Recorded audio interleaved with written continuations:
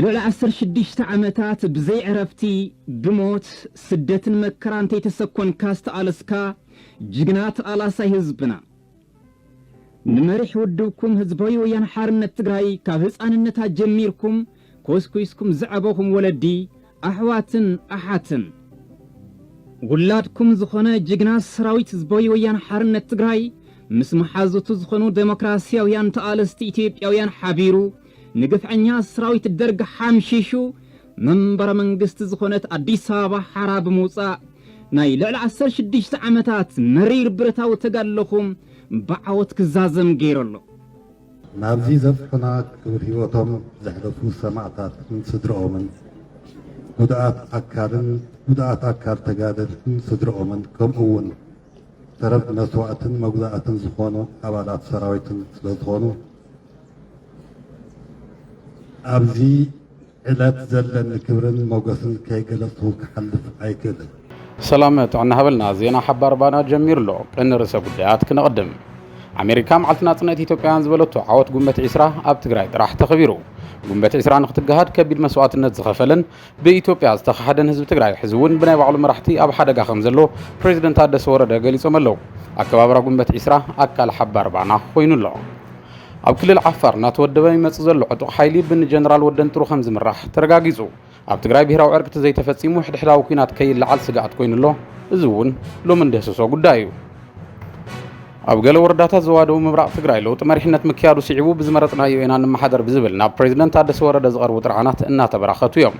توكلت ورداتات ندرتان حنتالون زغربو حتون ملاش بريزيدنت هذا سن حزنا لنا أب زوبادو تقراي بتبنجاز قبر لو تمرحنة كيح مسمر يخبلو أم حضارة زوبا أي تهافتو كيروس أتنكيقوم الزعباون لومي كدهساسيو ننوي حمتات أنصار سرعة قدف ناتقال سد مصبرجين حمد وقال قال سن مكياد سلطان مجمارو تسمعوا له زعبا زون كنا نقرأكم هنا channel حبار بانا لايك شير سبسكرايب بمقبار أول صدرانا نختكونوا نعنقدنا نابزرزر قدايات كسقاقركم مبل 34 بعالعوات إسراء قنبت أب حول سماعتات حقوق عن باب منبار تخبيرو أب تبدرجة خلال استسالة أسنة سرعات زخرين بريزيدنت ديوم محدار تقراي تهدس ورد حاويسو لعلو تامرار حق ديوم محدار ودب هو حاتن توكلت سيفيك محبرات ترخيبهم نتعلت عمل كيتوم ملختم زم حلالو في بريزيدنت تهدس ورد دحرس من معسلام بريتوريا كونت هات تقراي زشا المخانو بريهم أب تقراي استفترة بوليتيكا وقلولاو نتقراي كبتات نزخيل حدا جنيايو كبلونا تنكيقهم عمد مساس درجن متكال حق مقستاو سرعات لعول الجام زبركة حزب تقراي دحرس عن شعات عامتات كم استقف عن قدايت انتت مخانون ازخاخيرهم ازخي اكل دحر سمع سلام بريتوريا بسنك ودكت بوليتيكا ومرحنه حزبي اب عن كليل كاتون صقماتو تحلالخون مخالهم ون اي حبون وشتاو صقمات تግራይ ببوليتيكاوي سلاماو نمبر بحيل افموز اي فتحان بمبال تغارو ابرو حت تግራይ كعاسلو صوي عملو اب تግራይ طرح زخبر زلو زخري بعل عوات عسرا قنبت سيعبو منغستاون ولقاون تكالات كمون اب تግራይ زركبات تفلاليات تكالات قلقالوتن عصين كمزو على تفليطلو اب اديس ابان كالوت كللاتن ايثيوبيا بمنغست درجه خي تذكر على بعل عوات عسرا قنبت نإيتيو تيليكومن حيل مبراهتن حويسو جن استفلاليات الكالات سرحتنياتاتن كاب سرح خيترفو متنقق تحزل ملئقتي تاكي عن ترائنين حزب تግራይ لعل كتامو زعرفلهم كبرتات إثيوبيا خطفون كهاسون بمقبار ناي بعلو ليغاسن مصحف زصادف زلو قدواي منستر إثيوبيا أبي أحمد بعل عوات عسرا قنبت هاجراو بعل مخانو خبقع زقبر أواج قطري 1334 2016 ببارلما كتصدق مقبارو يذكر إثيوبيا زخحدتون سرعة درق دمسيسو حق منقستاو سرعة فيدراليزم استخل عوات عسرا قنبت بأمريكا تذكروا موعلو نبزوحات أقراموت فتيرو له بيت صحفة قدات وصا أمريكا أبزوصو مقلصي انكوع نزخر بعل عوات عسرا قنبت أبصحكم زبل ملختي نإثيوبياوان أم حلاليفيو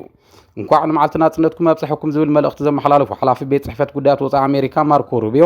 ሃገሮም ምስ ኢትዮጵያ ዘለዋ ምሕዝነት ከም እተጠናኽር ገሊጾም እዮም ኣብ አዲስ አበባ ዝርከባ ትካላት መንግስትን ውልቀን ግልጋሎት እናሃባ እንተዋዓላ ኤምባሲ ኣሜሪካ ግን ከምቶም ዝሓለፉ ዓመታት ቤት ጽሕፈቱ ዓጺዎ ውዒሉ ኣሎ ኣማይታ ሸሓት ደቂ ትግራይ ዋጋ ህይወት ከፊሎም ዘግሃድዎ መሰል ዓርሰ ውሳነ ብሔራት ብሔረሰባትን ህዝብታትን ተሃገር በኣሜሪካ ማዓልተና ጽነት ተባሂሉ ምጽውዑ ጸረ ትግራይን ዝኾኑ ኣካላት ቅሬታ ፈጢሩሎም እዩ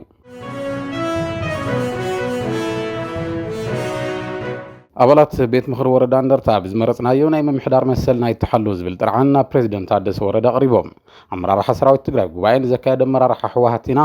አፍልጦን ህዝብ ዝብል ውሳነ መምሐላፎም ሲዕቡ ኣብ ወረዳታት ዝትግበር ዘሎ አመራራሓ ናይ ምልዋጥ ተግባር ሕዝውን እናቀጸለ ይርከብ ኣብ ቀረባዋን በኃይል ጸጥታ ዝተሐገዘ ለውጥ አመራራሓ ኣብ ወረዳ እንደርታ ምትግባሩ ሲዕቡ አባላትን አከብት ቆምት ኮሚቴን ቤት ምኽሪት ወረዳ ና ፕሬዝዳንት ታደሰ ጥራዓና ቀሪቦም ኣለው 8 ጉንበት 2017 ዓመተ ምህረት ቤት ምኽሪ ወረዳ ከይደ ፈጻጽማ ስራሕትና ገምገማ ኣብ ዝነበረሉ እዋን ብቤት ምኽሪ ዘይተመረጹ ኣካላት ንሕና ኢና ንመርሐኩም ዝብል ብዕጥቂ ዝተሓገዘ መጥቃዕቲ ፈጺሞሙልና እዮም ክብሉ እውን እቶም ኣባላት ቤት ምኽሪ ተዛሪቦም እቲ ብዕጥቂ ዝተሓገዘ ሓይሊ ብቤት ምኽሪ ዝተመረጽና ንሕና ኢና ስልጣን ልቓቁልና ብዝብል ኣብ ልዕሊ ኣባላት ቤት ምኽሪን ፈጸምቲ ኣብያተ ዕዮን መጥቃዕቲ ከም ዝፈጸሙ እዮም ገሊጾም ዘለዉ ሕገ መንግስቲ ብምጥሓስን ቁልፊ ኣብያተ ዕዮ ብምስባርን ዝመሓደር ህዝብን ዓድን የለን ክብሉ እውን ተዛሪቦም ኣለዉ እቶም ንሕና ኢና ብቤት ምኽሪ ዝተመረጽና ዝብሉ ዘለዉ ኣካላት ዘካይድዎ መድረኽ ይኹን ጉባኤ ከምዚ የለውን ገሊጾም ስለዚ እቲ ብሓይሊ ስልጣን ክቆጻጸር ዝብል ሓይሊ ብሕጊ ክሕተትን ይቕሬታ ክሓትትን እቲ ብቤት ምኽሪ ዝተመረጸ ኣባል ድማ ናብ ስርሑ ክምለስን እቲ ግዜያዊ ምሕዳር ስጉምቲ ንኽወስድ እዮም ሓቲቶም ኣብዚ ክልተ መዓልቲ ኣመራርሓና ናብ ቦትኦም ክምለሱን መበል 37 ጉባኤና ክነካይድን መፍትሒ ይወሃበና ክብሉ ናብ ፕሬዚደንት ጀነራል ታደሰ ወረደ ጥርዓኖም ኣቕሪቦም እቲ ጸገም ብቕልጡፍ እንተዘይተፈቲሑ ግና ካብቲ ቤት ጽሕፈት ከም ዘይወጹን ናይ ባዕሎም ስጉምቲ ከም ዝወስዱን እውን ኣጠንቂቖም እዮም ነቲ ብኣባላት ቤት ምኽሪን ኣከብቲ ቆወምቲ ኮሚቴን ዝቐረበ ጥርዓን ሕቶን ዘድመፁ ፕሬዚደንት ግዜያዊ ምሕዳር ትግራይ ጀነራል ታደሰ ወረደ ኣብቲ ጉዳይ ምፅራይ ይግበር ከም ዘሎ እዮም ተዛሪቦም ብመሰረት ሕዚ ዘቕረብኩምዎ መረዳእታን ሓሳብን ውሳነ ንምሃብ እኹል እዩ እውን ኢሎም ካብ ቤት ምኽሪ ወፃኢ ዝግበር ምሻምን ምልዓልን ኣመራርሓ ሕግን ስርዓትን ዝተሓሰ እዩ ዝበሉ እቶም ፕሬዚደንት በቶም ኣባላት ቤት ምኽሪን ዝቐረበ ጥርዓን ሎማዓንቲ ውሳነ ከም ዝህቡ ቃልኣትዮም ኣለዉ እዚ ከም ዘለዎ ተወከልቲ 14 ጣብያታት ወረዳ ሕንጣል ወጀራት እውን ተመሳሳሊ ጥርዓን ኣቕሪቦም ኣለዉ እቶም ተወከልቲ ናብ ቤት ጽሕፈት ፕሬዚደንት ኣብ ዘቕንዕሉ እዋን ብኣፈሙዝ ዝመፀ ሓይሊ ህዝባዊ ኣይኮነን ብዝመረፅናዮ ኢና ንመሓደር ዝመረፅናዮ መራሒና ቦቱ ይመለስ ዝብሉ ጭርሖታት ኣስሚዖም እዮም ኣመራርሓ ሰራዊት ትግራይ ጉባኤን ዘካየደ ህወሓትና ኣፍልጦ ንህብ ምባሎም ሲዕቡ ንከንቲባ ከተማ መቐለ ሓዊሱ ኣብ ዞባ ምብራቕ ደቡብ ምብራቕ ማእኸልን ሰሜን ምዕራብን ዝነበሩ ብነበር ፕሬዚደንት ጌታቸው ረዳ ዝተሾሙ ኣመሓደርቲ ብዕሊ ስልጣኖም ክለቁ ከም ዝተገበረ ዝዝከር እዩ ኣብ ወረዳታት ዞባ ደቡብ ምብራቕ ለውጢ ኣመራርሓ ንምግባሩ ሲዕቡ ብፍላይ ኣብ ወረዳ ሰሓርቲ ጎንፂ ተላዒሉ ምንባሩ ይፍለጥ ሕዚ ድማ ኣብ ዞባ ደቡብ ምብራቕ ትግራይ ወረዳታት እንደርታን ሕንጣሉን ዝተገበረ ለውጢ ኣመራርሓ ሲዕቡ ተወሳኺ ጎንፂ ከይለዓል ተሰጊኡ ኣሎ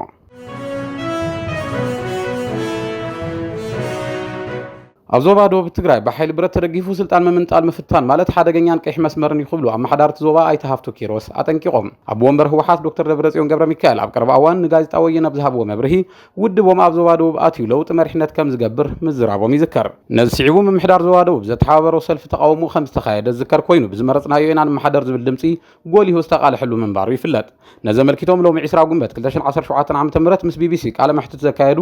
ኣመሓዳርቲ ዞባ ኣይተሃፍቱ ኪሮስ መሰል ዓርሰ ምሕደራ ህዝቢ ክኽበር ከም ዘለዎ ገሊጾም ስልጣን ናይ ህዝቢ እዩ ውልቀ ሰባት ናይ ምውራድን ምድያብን ኣጀንዳ ያብልናን ስለዚ ዝኾነ ንሕልዎ ስልጣን የለን ዝኾነ ስልጣን ረኪስና ብዝኾነ ካልእ ክምንጠን ንደልዮ ስልጣን እውን የለን ዝበሉ ኣይተሃፍተ ኪሮስ ዶክተር ደብረጽዮን ዝመርሕዎ ሓይሊ ነቲ ባይታ ዘሎ ሓቂ ክርዳእ ዘይደልዩ ክብሉ እውን ወቂሶም ህወሓት ኣብ ዞባ ደቡብ ትግራይ ወታደራዊ ሓይሊ ተጠቂሙ ንምእታውን ተፈቲኑ እንታይ ኣኹም ክትገብሩ ዝብል ሕቶ ካብ ቢቢሲ ዝቐረበሎም እቶም ኣመሓዳሪ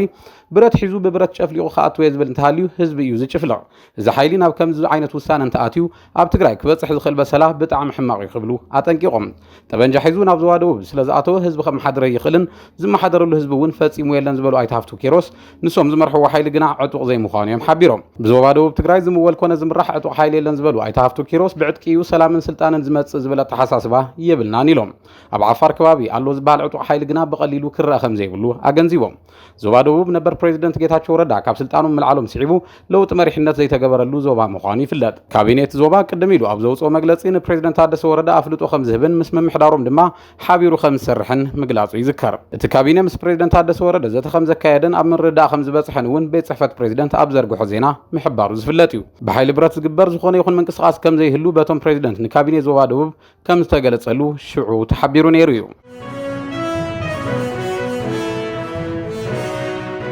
ኣብ ክልል ዓፋር ዝንቀሳቐስ ዘሎ ዕጡቕ ሓይሊ እናተወደበ እናተጠናኸረን ይመጽእ ከም ዘሎ ዘርእዩ ተንቀሳቐስቲ ምስልታት ንምውፅኦም ሲዒቡ ዝተፈላለዩ ስጋኣታት እናተሰምዑ ይርከቡ ሎሚ ቅነ ኣብ ማሕበራዊ ሚድያ ኣብ ዝተዘርግሑ ተንቀሳቐስቲ ምስልታት ነባር ዩኒፎርም ሰራዊት ምክልኻል ኢትዮጵያ ዝተኸደኑ ኣባላት ምስ ጀነራል ወደ እንጥሩ እናዘተዩ ተራእዮም እዮም ኣብዝሓ ኣመራርሓ ሰራዊት ትግራይ ጉባኤን ዘካየደ ህወሓትና ኣፍልጦ ንህብ ዝብል ውሳነ መምሕልላፎም ሲዒቡ ካብ ሰራዊት ትግራይ ዝወፁ ተጋድልቲ ኣብ ክልል ዓፋር ምውዳቦምን ነቲ ውሳነ ካብ ዘይደገፉ ኣመራርሓ ሰራዊት ትግራይ ሓደ ብዝኾነ ጀነራል ወደ እንጥሩ መምርሖምን ንትግራይ ከቢድ ዋጋ ከኽፍል እዩ ዝብል ስጋት ዘለዎም ሰባት ብዙሓት እዮም ውሳነ ኣመራርሓ ሰራዊት ንሰራዊት ኣብ ክልተ ዝመቐለ ንስርዓት ብልጽግና ዓብዪ ዕድል ዝፈጠረን ግጉይ ውሳነ እዩ ዝብሉ ገለ ርእቶ ወሃብቲ ኣብዪ ኣሕመድ ነቲ ዕድል ተጠቒሙ ኣብ ትግራይ ኩናት ሕድሕድ ብምፍጣር ትግራይ ጠቕሊላ ናብ ዘይትለዓለሉ ኩነታት ክትወድቕ እናሰርሐ ይርከብ እቲ ኣብ ክልል ዓፋር ዝተወደበ ዕጡቕ ሓይሊ ስርዓት ብልጽግና ተጋሩ ብተጋሩ ንምጥፋእ ናይ ዝሓንፀጾ ፕሮጀክት ሓደ ኣካል ተገይሩ ዝውሰድ እዩ ዝብሉ ርእቶ ሃብቲ እዚ ድማ ኣዝዩ ክኹነን ዝግብኦ እዩ ብምባል ብዕጥቃዊ ቃልሲ ዝመጽእ ለውጢ ከም ዘይህሉ ይገልጹ። መንግስቲ ብልጽግና ነቲ ኣብ ክልል ዓፋር ዝተወደበ ዕጡቕ ሓይሊ ፋይናንሳዊ ደገፍ ብምግባር ንኽጠናኸር ይገብር ከም ዘሎን ኣንጻረይ ብረት ከልዕል እናሰርሐ እዩ ዝብል ቅሬታ ብወገን ህወሓት ተላዒሉ ምንባሩ ይዝከር እዩ። እቲ ሕዚ ኣብ ክልል ዓፋር ዝውደብ ዘሎ ዕጡቕ ሓይሊ ብሰንኪ ብስሩና መሪሕነት ህወሓት ዝተፈጠረ እዩ ዝብሉ ርእቶ ሃብቲ ድማ እቲ ኩነታት ንትግራይ ሓደገኛ ዋላ እንተኾነ ነዚ ቀንዲ ተሓታቲ ግን ባዕሉ ህወሓት እዩ ይብሉ። ሰራዊት ትግራይ ብህዝቢ ዝተወደበ እምበር ብህወሓት ዝተወደበ ሓይሊ ኣይኮነን ዝብሉ ኣካላት ሰራዊት ናይ ህወሓት እዩ ዝብል ውሳነ እንተሃልዩ ንህዝቢ ዝቆመ ካልእ ሓይሊ ምውዳብ ኣገዳሲ ገይሮም ይኣምኑ። ኣብ ትግራይ ክልተ ዝተዓጠቐ ሓይሊ ምህላው ማለት ንትግራይ ጥፍኣት ዘዋልድ እዩ ዝብሉ ኣካላት ድማ ብጀነራል ታደሰ ወረደ ዝምራሕ ግዝያዊ ምሕዳር ትግራይ ቀልጢፉ ብሄራዊ ዕርቂ ክጽውዕ ይሓቱ። ፕሬዚደንት ታደሰ ወረደ ስልጣን ኣብ ዝተረከብሉ ጽባሕ ኣብ ትግራይ ሰዓርን ተሰዓርን ክህሉ ከም ዘይግባእ ምግላጾም ይዝከር። ሕላወ ዝገበርዎ ትልሚ 3 ወርሒ ድማ ካቢነኦም ብሄራዊ ዕርቂ ከም ዘካይድ ገሊጾም እዮም። ፕሬዚደንት ታደሰ ቀልጢፎም ናብ ተግባር ብምእታው ኣብ ትግራይ አንጸላልዩ ዘሎ ሓደጋ ጠጠው ከብሉ ዝጽውዑ ድምጽታት እናተበራኸቱ ይርከቡ። ብርጌድ ንሓመዱ ወተሃደራዊ ታዕሊም ከም ዝጀመረ ተፈሊጡ። ንስርዓት ሻዕብያ ብምቅዋም ዝፍለጥ ውዳበ ብርጌድ ንሓመዱ ኣብ ኢትዮጵያ ወተሃደራዊ ታዕሊም ከም ዝጀመረ ይግለጽ ኣሎ። ተቃዋሚ ስርዓት ኤርትራ ምንቅስቃስ ብርጌድ ንሓመዱ ኣብ ዝቀረበ እዋን ኣብ ኢትዮጵያ ዝርከቡ ኣባላቱ ወተሃደራዊ ስልጠና ምሃብ ምጅማሩ ንፍልፍላት ብምጥቃስ ድምፂ ኣሜሪካ ጸብጺቡሎ። ቅድሚ ሒደት ኣዋርሕ ነቲ ምንቅስቃስ ዝመርሑ ውልቀ ሰባት ኣብ ኣዲስ ኣበባ ቤት ጽሕፈት ምኽፋቶም ዝዝከር እዩ። እቲ ብመንግስቲ ኢትዮጵያ ዝድገፍ ምዃኑ ዝንገረሉ ውዳበ ኣብ ወርሒ ለካቲት 2017 ዓ.ም ኣብ ኣዲስ ኣበባ ዝኸፈቶ ቤት ጽሕፈት ከም ወተሃደራዊ ዋና ቤት ጽሕፈት ክጥቀመሉ መደብ ከም ዘለዎ ኣብ ወርሒ ሚያዝያ ኣፍሊጡ ነይሩ እዩ። ብርጌድ ንሓመዱ ኣብ ቀረባ እዋን ኣብ ኢትዮጵያ ኣብ ክልተ ቦታታት ወተሃደራዊ ታዕሊም ከም ዝጀመረ ድማ ተገሊጹ ኣሎ። እቲ ውዳበ ወተሃደራዊ ታዕሊም ዝጀመረሎም ቦታታት ካብ ምጥቃስ ከም ዝተቆጠበ እቲ ጸብጻብ ኣመልኪቱ ኣሎ። ዝምድና መንግስታት ኢትዮጵያን ኤርትራን እናተበላሸወ ኣብ ዝኸደሉ ዘሎ እዋን ነንሓድሕዶም ተቃወምቲ ይደጋገፉ ከም ዘለዉ ይግለጽ ኣሎ። መንግስቲ ኤርትራ ንዕጡቕ ጉጅለ ፋኖ ይድግፈሎ ክብል መንግስቲ ኢትዮጵያ ክኸስስ ጸኒሑ እዩ። ሕዚ ድማ መንግስቲ ኢትዮጵያ ንብርጌድ ንሓመዱ የሰልጥን ከም ዘሎ ይግለጽ እዩ ዘሎ። ክልቲኦም መንግስታት ኣብዚ ሕዚ እዋን ናብ ፕሮፓጋንዳ ኩናት ኣትዮም ይርከቡ። ኤርትራ ብሰሙን ናጽነት ኣብ ዘኽበረትሉ እዋን ፕሬዚደንት ኢሳያስ ኣፈወርቂ መንግስቲ ኢትዮጵያ ኣብ ዕዳጋ ጽዋር ተጸሚዱ ከም ዝርከብ ንፈልጥ ኢና ምባሎም ዝዝከር እዩ። ቅድሚ 4 ዓመታት ኣብ ልዕሊ ህዝቢ ትግራይ ኩናት ጄኖሳይድ ንምፍጻም ልፍንቲ ፈጢሮም ዝነበሩ ክልቲኦም መንግስትታት ሕዚ ናብ ኩናት ከይኣትዉ ተሰጊዩ ኣሎ።